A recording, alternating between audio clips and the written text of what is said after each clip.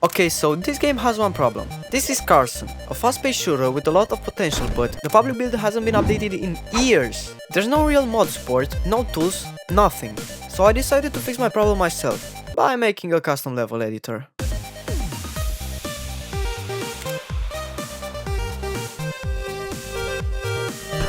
I started off by making a new C# project, but then I realized I have no f***ing clue on how to load a custom level. After some brainstorming, I decided that the best way to do that is by having a BepInEx plugin load a built-in level, removing everything except the player, and then loading the level prefab from an asset bundle. And that way, custom levels can be made directly in Unity. But as a wise man once said, to load a level, you first need a level.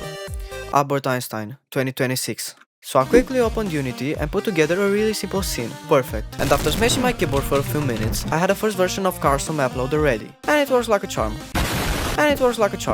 Now, I'm not an expert, but according to my calculations, running around on a platform may not be that fun. So I added a second platform. And some walls.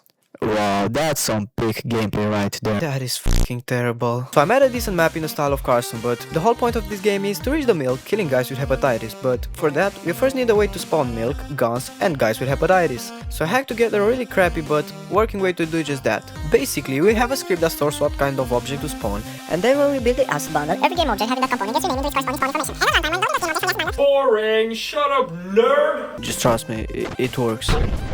And with that in place, the loading part of this mod is done, but we still need a way to access the level. In the main menu, there's a placeholder button for the map editor that hasn't been introduced in the available demo. So I upgraded it to a brand new and shiny button that takes you to the level selector, which looks really ugly, but it gets the job done, and that's the most important part.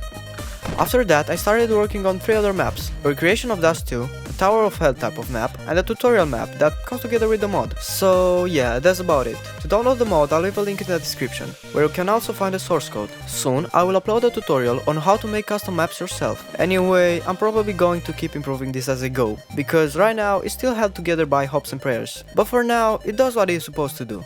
Barely.